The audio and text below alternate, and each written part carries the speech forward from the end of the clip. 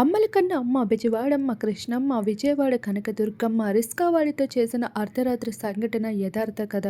1995 November 23వ తారీఖున release అయిన అమ్మవారు సినిమా విజయవాడలో 100 రోజుల కన్నా ఎక్కువగా ఆడుతూ అలరిస్తూ వచ్చేసింది. ఇక విజయవాడ ప్రజలంతా ఆ సినిమాకి కుమ్ముకుపోతూ ఉండేవారు. ఇక రామయ్య అనే రిస్కావాడు అనారోగ్య పాలైన భార్య కోసం రాత్రింపగలు కష్టపడుతూ రిస్కా తోలుతూ ఉంటాడు. ఇక మిడ్ నైట్ షోలకి కూడా వెళ్తూ ఉంటాడు. అక్కడ కొంతమంది కస్టమర్స్ ని ఎక్కించుకుంటూ ఉంటాడు.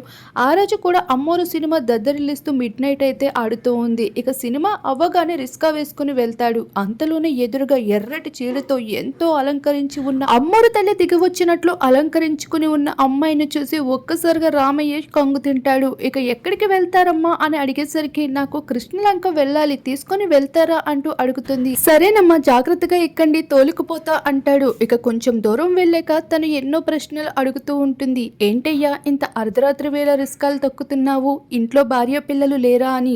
ఉందమ్మా, నా భార్య కోసమే ఇంతలా కష్టపడుతున్నా, తను అనారోగ్య పాలైపోయి ఉంది. బెజవాడ కనకదుర్గమ్మని నమ్ముకుని ఇంత కష్టానికి కూడా వెనకాడట్లేదు తల్లి అంటూ మాట్లాడుతూ వెళ్తూ ఉంటాడు తన వేదన చెప్పుకుంటూ.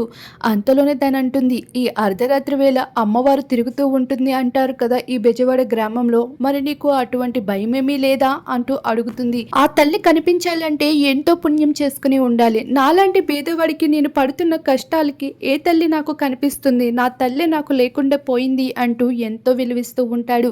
ఆ మాటలకి తను తొక్కుతున్న రిస్కా బరువైపోతుంది. తల్లి, నేను తొక్కలేకపోతున్నాను, నాకు నీరసంగా అనిపిస్తుందేమో, క్షమించండి అంటాడు.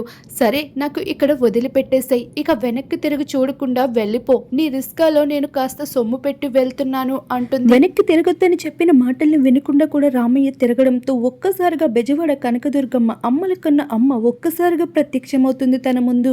వెనక్కి తిరగద్దన్నాను కదా బాబు అంటూ అక్కడి నుండి మాయమవుతుంది. అంతే, రామయ్య గుండె జల్లుమంటుంది. పరుగులెత్తుకొని భార్య దగ్గరికి వెళ్తాడు. ఇక భార్య కిలికిలా నవ్వుతూ ఇల్లంతా తిరుగుతూ ఉంటుంది. భార్య ఆరోగ్యం కూడా మెరుగుపడిపోతుంది. అంతే, అమ్మని కన్నా అమ్మ బెజవాడు తల్లి మా కష్టాలను తీర్చింది అంటూ రామయ్య కొట్టుకుంటూ విలవిస్తూ ఉంటాడు.